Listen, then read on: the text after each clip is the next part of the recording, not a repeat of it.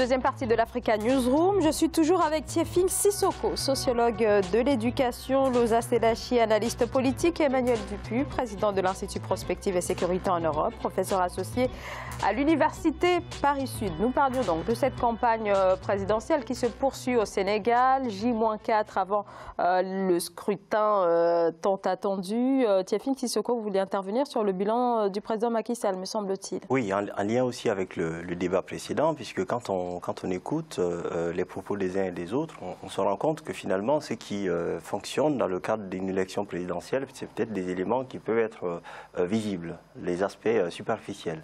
Et donc, parce qu'il y a eu des réalisations, il y a eu des infrastructures qui ont été réalisées, et donc on les perçoit, on voit tout de suite le résultat, ça permet de lier un point A à un point B, donc des territoires qui sont tout d'un coup exclus deviennent accessibles au contact du monde.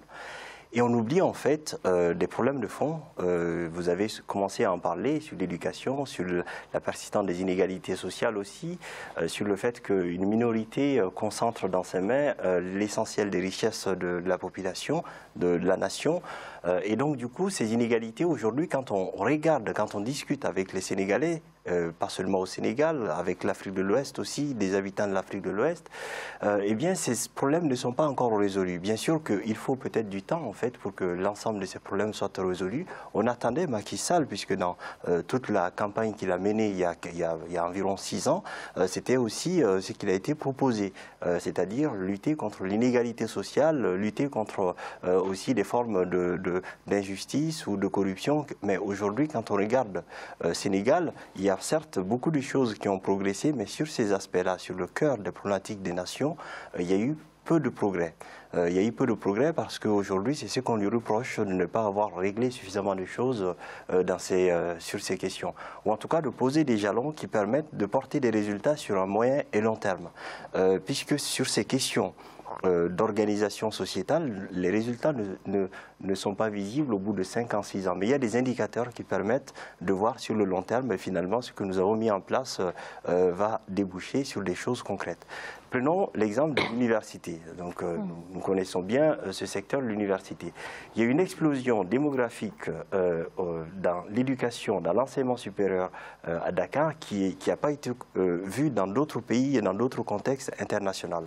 Et donc, c'est vrai que la réponse du gouvernement, ça a été de multiplier les places de résidence dans les universités. Mais le problème de fond qui concerne l'éducation des qualités dans les universités reste encore en suspens, non résolu. Le président Macky Sall qui s'était pourtant engagé sur cette question. Absolument. En disant vouloir faire de l'université sénégalaise l'une des meilleures. Mais finalement, vous constatez un bilan quelque peu négatif, ou peut-être complètement négatif sur ce point? Très mitigé. Il y a eu des choses qui ont été réalisées. Il y a eu des places, comme je l'ai indiqué tout à l'heure, des places en résidence universitaire qui ont été augmentées.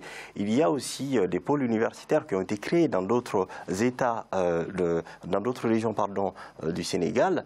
Ça, c'est 2 réalisations qui ont été effectuées. Mais le problème de la progression, en fait, des diplômés et de l'accès à l'emploi de ces diplômés reste encore non résolu. Et aussi, quand on regarde la gestion des enseignants-chercheurs, c'est vrai que quand on compare Sénégal par rapport aux autres pays de la sous-région, les enseignants-chercheurs sont mieux lotis par rapport aux autres.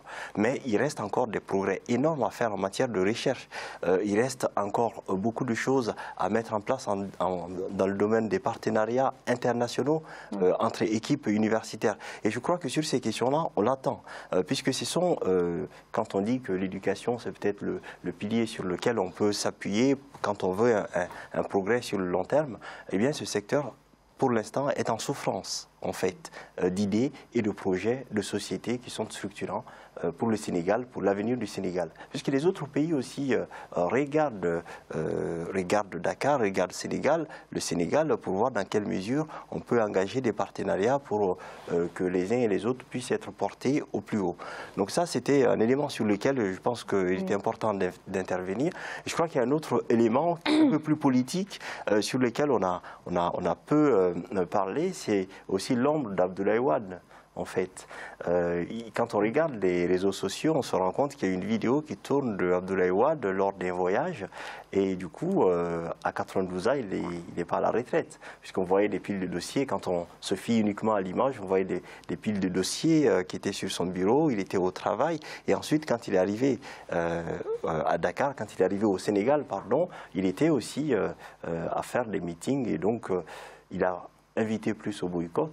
Ça n'a pas été très efficace, ça. Que de se prononcer pour un candidat. Bon, en tout cas, on voit aussi l'ombre d'Abdoulaye Wade, il reste quand même populaire. Oui, alors on en a parlé effectivement sur ce plateau, Emmanuel. Moi, je vais rebondir peut-être intervenir sur la question de l'éducation, peut-être. À l'éducation, mais par rapport au dernier point qui a été évoqué, je crois que c'est très important parce que la disparition des deux grandes principales forces politiques, les libéraux du PDS et les socialistes du PS, est quand même un petit peu perturbante parce que au moment où la maturité politique en Afrique voudrait qu'on réaffirme des idéologies, avec des partis politiques qui réaffirment qu'ils sont libéraux, qu'ils sont socialistes, qu'ils sont marxistes, qu'ils sont démocrates. Il y en a un certain nombre dans la sous-région.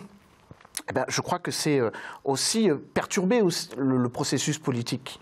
La spécificité d'un pays n'est pas la relation exclusive qu'elle a avec son ancienne puissance tutélaire. Et on ne peut pas dire qu'on est légitime parce qu'on a les meilleures relations avec les bailleurs de fonds ou avec le pays dont on est sorti d'une coopération, enfin une coopération, du giron, du giron ou d'une subordination. Oui. Je crois que là aussi, c'est peut-être oublier les vrais enjeux qui est l'affirmation d'idéologies qui permettent aux jeunes de s'identifier dans des personnalités politiques. Bon, moi je trouve que je connais un petit peu quelques responsables politiques sénégalais. Moi, je suis très heureux que Abdoulaye Wade soit présent sur la campagne. J'aurais préféré que son fils puisse évidemment participer. J'aurais préféré d'ailleurs qu'il n'y ait pas 5, 7, mais peut-être plus de candidats, comme ce fut le cas lors du précédent scrutin. Mais je crois que ce qui est important, encore une fois, c'est ce que chaque candidat va affirmer comme une identité, un marqueur politique. Et encore une fois, la vie politique ne va pas s'arrêter le 25 février.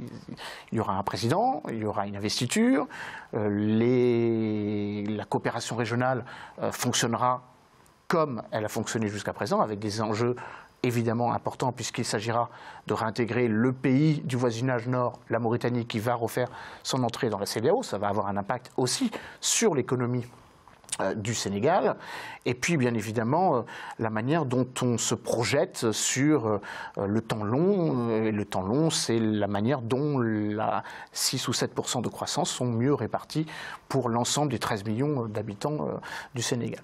Bon, sur l'éducation, moi je partage votre point de vue, en mettant en avant le fait que le président Macky Sall a sans doute loupé l'occasion assez extraordinaire d'avoir une focalisation médiatique autour du fait qu'il a, avec le président Emmanuel Macron, présidé le Pacte mondial pour l'éducation.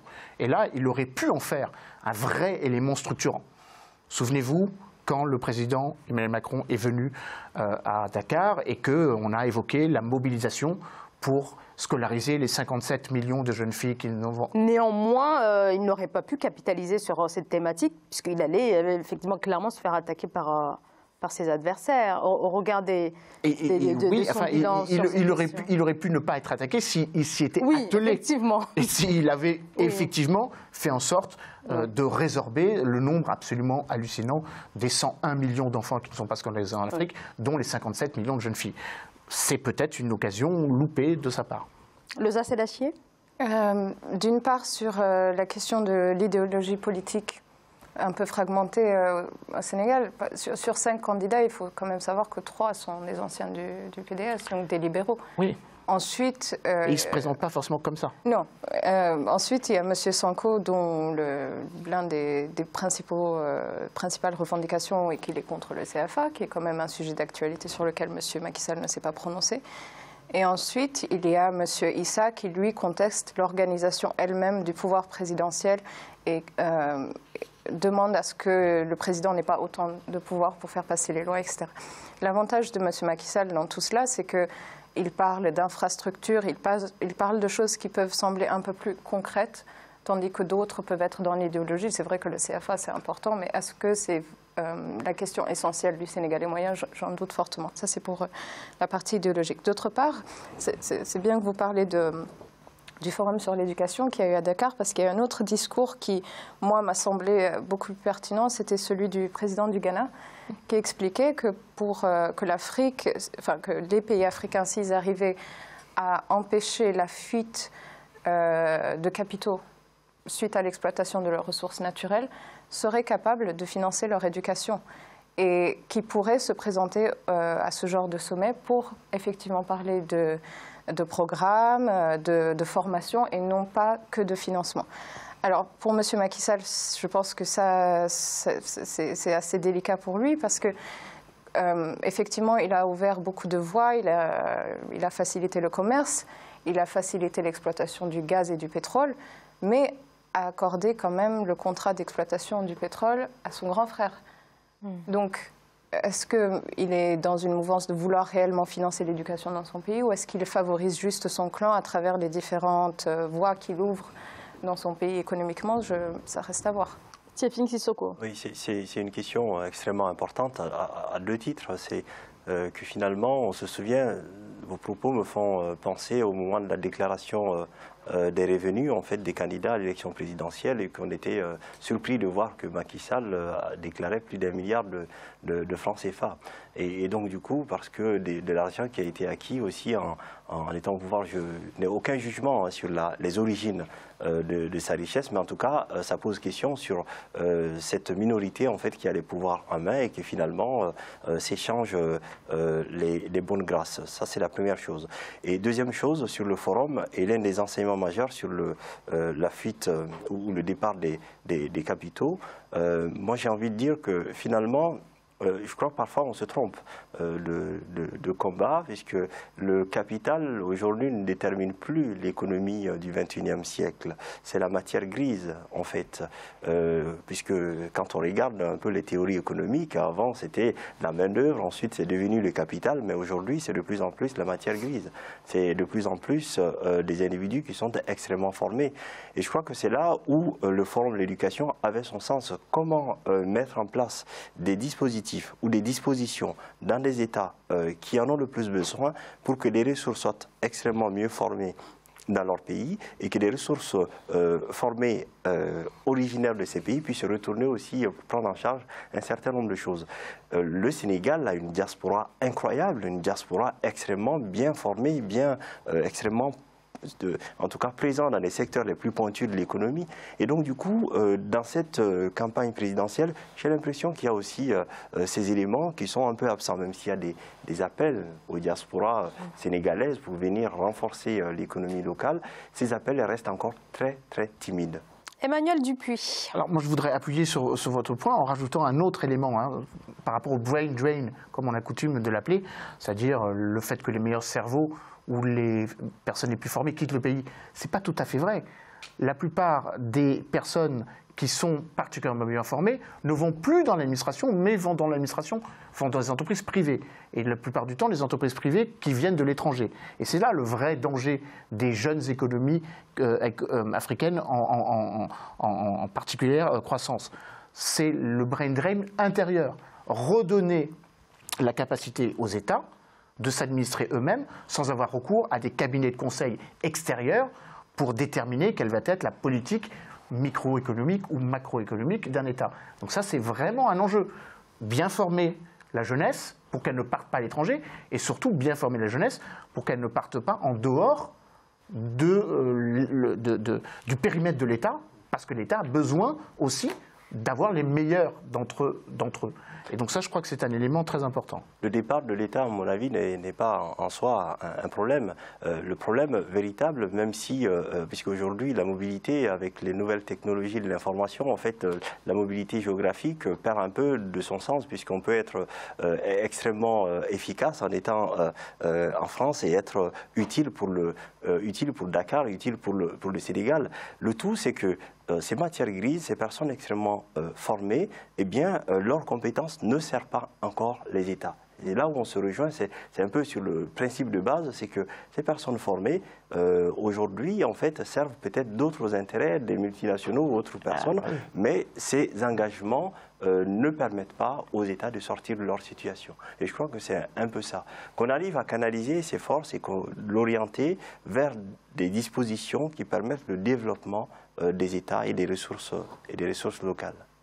Eh bien, merci beaucoup à tous les trois pour ce décryptage de cette campagne qui va prendre fin dans les prochaines heures. Le scrutin donc va se tenir dimanche 24 février. 5 candidats sont en lice, parmi lesquels le président sortant Macky Sall. On marque une très courte pause et on se retrouve dans quelques secondes. À tout de suite.